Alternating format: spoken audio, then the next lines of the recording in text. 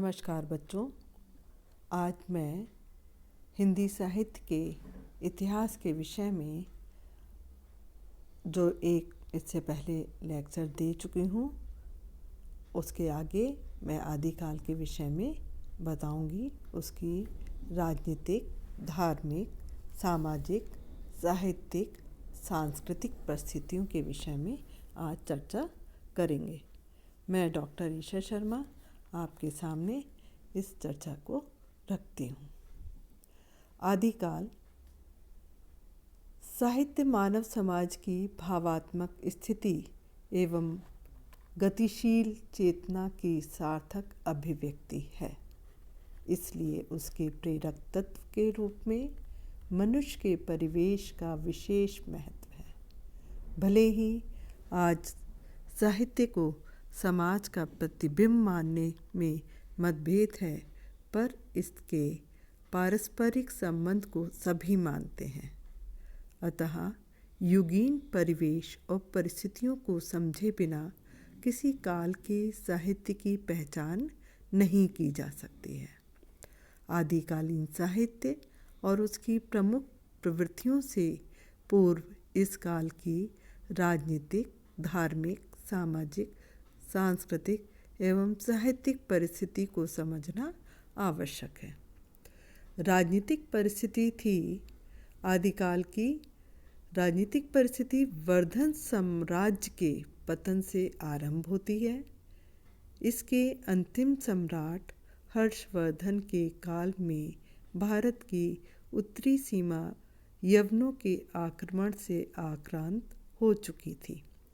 वैसे हर्षवर्धन ने इनका मुकाबला अत्यंत साहस से किया। उनका सारा समय इन आक्रमणों के प्रतिरोध में ही बीत गया। अंततः उनकी मृत्यु के पश्चात वर्धन साम्राज्य लड़खड़ा गया तथा भारत की संगठित राजसत्ता भी छिन्न भिन्न हो गई। अन्य परिस्थिति, धार्मिक परिस्थिति देखते हैं आदिकाल की कि ईसा की 7वीं शताब्दी से पूर्व देश का धार्मिक वातावरण शांत और सद्भावनापूर्ण था, परंतु 7वीं सदी से धार्मिक अव्यवस्था का युग प्रारंभ हो गया।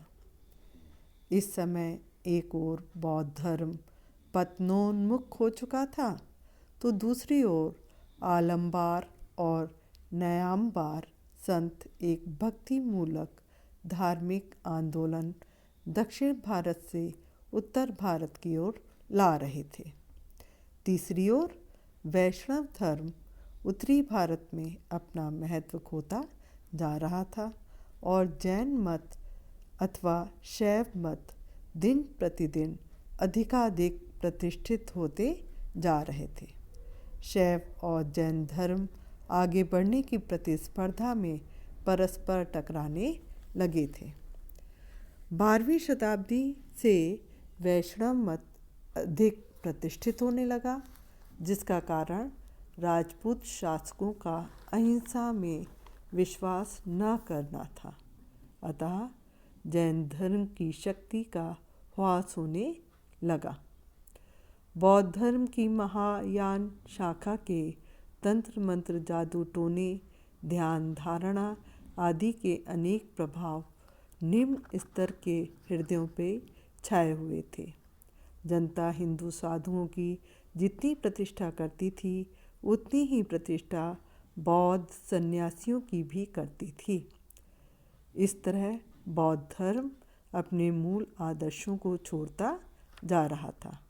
वह तंत्र मंत्र आदि के चक्कर में पड़ गया था। इसके महायान, वज्रयान, मंत्रयान आदि अनेक भेद हो गए थे।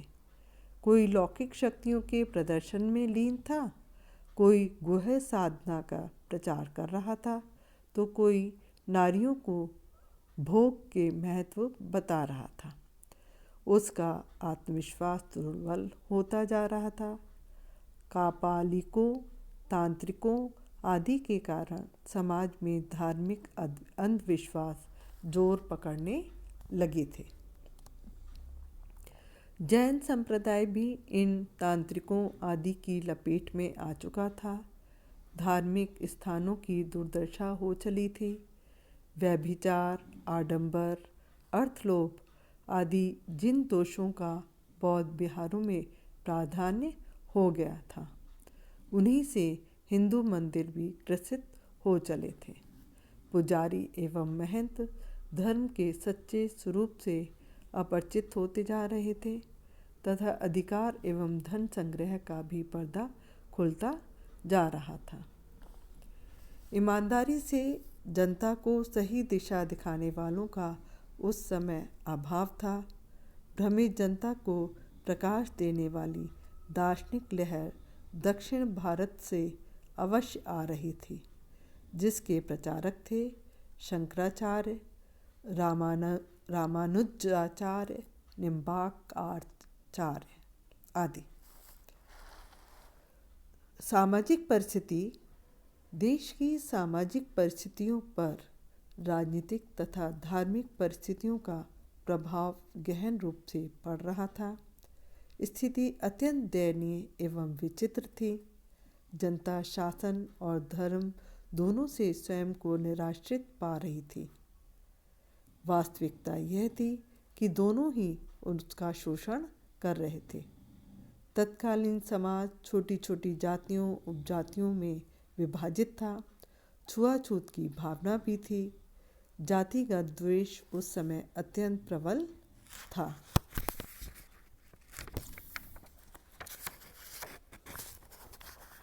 अब वह बात नहीं रही थी कि हिंदू जाति अन्य जातियों को अपने में समा लेती। समाज में अनेक रूढ़ियाँ पनप रही थीं। समाज में नारी की स्थिति अत्यंत शोचनीय थी। वह मात्र भोग की ही वस्तु रही थी। उसका क्रय विक्रय तथा अपहरण सामान्य बात थी। जन शिक्षा से वंचित था। जनमानस शिक्षा से वंचित था। जीविका के साधन दुर्लभ होते जा रहे थे तथा निर्धनता बढ़ती जा रही थी। गृहस्थ योगियों से आतंकित थे। सती प्रथा का भयंकर अभिशाप भी इस समय जोरों पर था। राजपूतों में आत्मसम्मान स्वाभिमान की भावना अत्यंत प्रबल थी।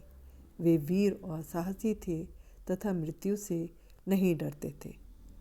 राजपूत ईमानदार, स्वाभिमान तथा प्रतिज्ञा पालन अवश्य थे, परंतु में दूरदर्शिता तथा कूटनीति का अभाव था। अब इस समय की आदिकाल की सांस्कृतिक परिस्थिति को देखें तो सांस्कृतिक परिस्थिति के कारण इस युग का विशेष महत्व रहा। यह निर्विवाद मान्य है कि हर्षवर्धन के समय तक भारतीय संस्कृति अपने चरमोत्कर्ष पर थी।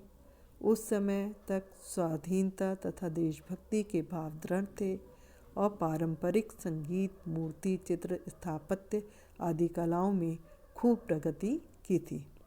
उस समय मंदिरों का निर्माण सबसे अधिक हुआ।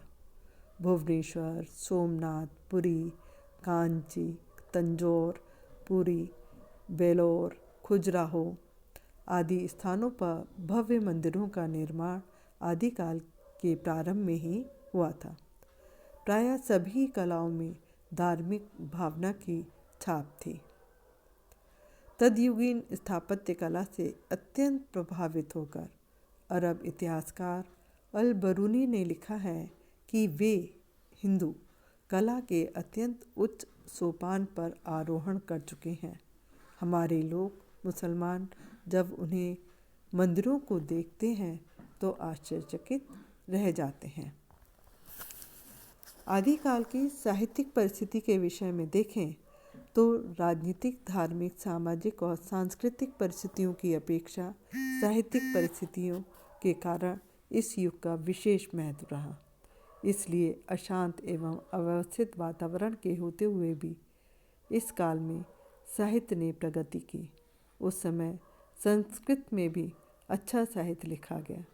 ज्योतिष, दर्शन, स्मृति आदि विषयों की टीकाओं के अतिरिक्त हर्ष का नैषध चरित, भोज का सरस्वती कंठाभरण तथा श्रृंगार प्रकाश जैसे प्रसिद्ध संस्कृत ग्रंथ इसी समय लिखे गए। राजा भोज की सभा में पद्मगुप्त तथा धनिक जैसे विद्वान थे। जयदेव जैसे कवि तथा कुंतक, क्षेमेंद्र, विश्वनाथ, हेमचंद्र आदि आचार्य हुए। संस्कृत के अतिरिक्त प्राकृत एवं अपभ्रंश में भी प्रचुर श्रेष्ठ साहित्य इस काल में रचा गया। जैनों तथा सिद्धों का साहित्य इसका प्रमाण है। सिद्धों ने अपभ्रंश के साथ लोक भाषा हिंदी की रचनाएं लिखीं। देश भाषा अर्थात हिंदी में रचित साहित्य भी इस समय खूब लिखा गया। इस समय का साहित्य जन प्रवृत्ति से दूर रहा। वहाँ संस्कृत हिंदी साहित्य जनता की भावनाओं, मानसिक स्थितियों, आकांक्षाओं आदि का प्रतिनिधित्व कर रहा था। संस्कृत के कवि रचनात्मक प्रतिभा के उद्घाटन में तथा अपभ्रंश के कवि धर्म प्रचार में लीन थे। केवल हिंदी ही एक ऐसी भाषा थी जो साहित्य के माध्यम से तत्कालीन परिस्थितियों को इसी रूप में उद्घाटित कर रही थी। तो ये थी हमारी आदिकाल की सामाजिक, धार्मिक, राजनीतिक, साहित्यिक परिस्थितियाँ। धन्यवाद।